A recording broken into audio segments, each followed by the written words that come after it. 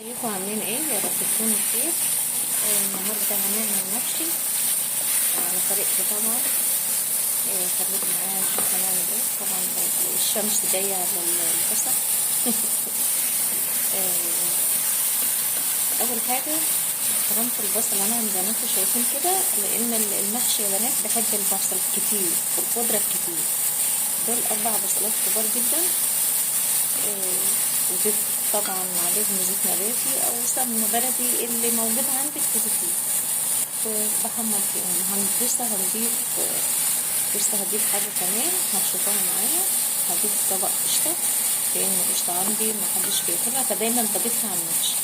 اوكي، لما يكون عندي قشطه دايما بضيفها على المحشي، بتخلي المحشي حلو جدا. طبعا فرمة ثوم وفلفل، بس خليكم معايا عشان نشوف هنعمل ايه. طبعا ده كان الطبق ده مليان قشطه يا بنات، شايفين نزلت هنا اهو. بتسيح على فكره. على فكره طريقتها حلوه جدا، دايما بعمل الطريقه دي على طول. خلاص. ضفت 4 ورقات لوري.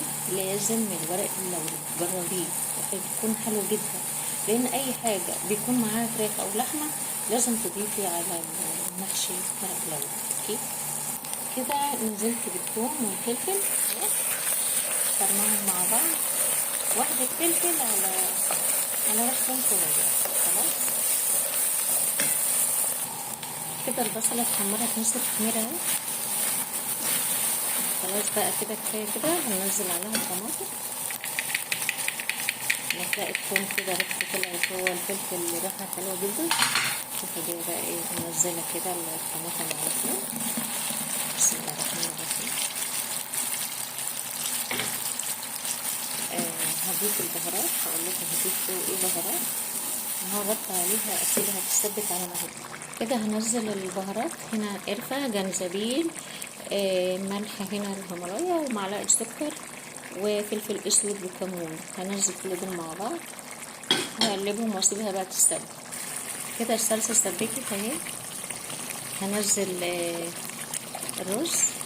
شايفين نشفت على الاخر، لازم الصلصة تنشف على الاخر. خلاص في التسبيك كده. نزلت الرز هقلب، وبعد ما اقلبه دقيقتين كده ولا حاجة هروح اعمل ايه، هضيف الخضرة.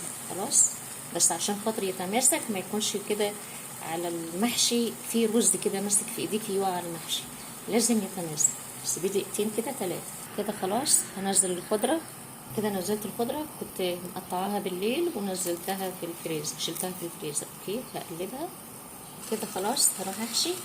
هنا معي كوسة وفلفل احمر وفلفل اخضر وبطاطس. خلاص كده لفيت المحشي.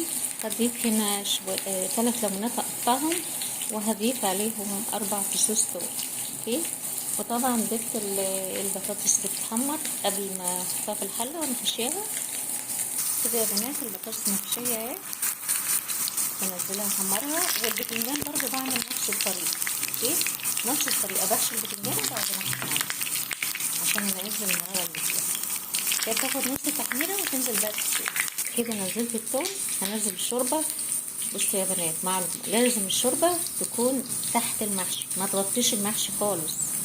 اوكي، لو انت عامل رز بسمتي تغطي المحشي بالشوربه، لكن رز مصري عادي لازم الشوربه تكون تحت المحشي عشان ما يعجنش منه. خلاص، شايفين الشوربه تحت المحشي. هنا برضه نفس الطريقه. البطاطس اهي، والباذنجان والكوسه وورق الكرنباء. خلاص كده هخليها تحت المحشي بالظبط.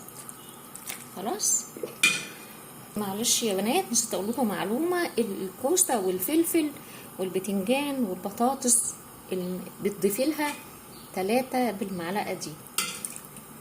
3 بالمعلقه دي، 3 فقط لا غير، او كوبايه الشاي لو هي حله، علشان ما تطلعش معجنه.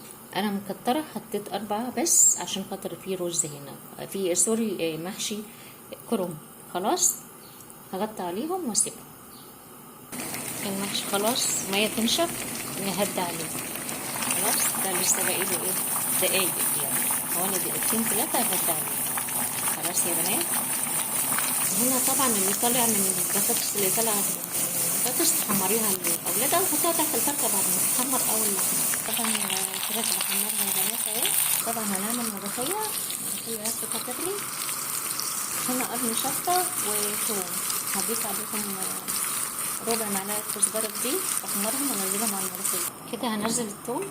خلاص الثوم اتحمر اهو، هطفي بقى عليها كده ابتدت غلوه. طبعا البهارات كلها في الشوربه والملح، خلاص مش محتاجه حاجه خالص اهي.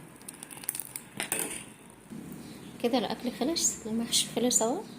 محشي ورق العنب ومحشي الكرنب والفلفل والكوسه والبطاطس، وطبعا الفراخ متحمره والبطاطس اللي انا مقوراها حمرتها. ودي الملوخيه خلاص، هي حلوه جدا، انها خضره وحلوه جدا اهي. يلا بقى مش تنسوني بقى في اللايك والاشتراك. مع السلامه.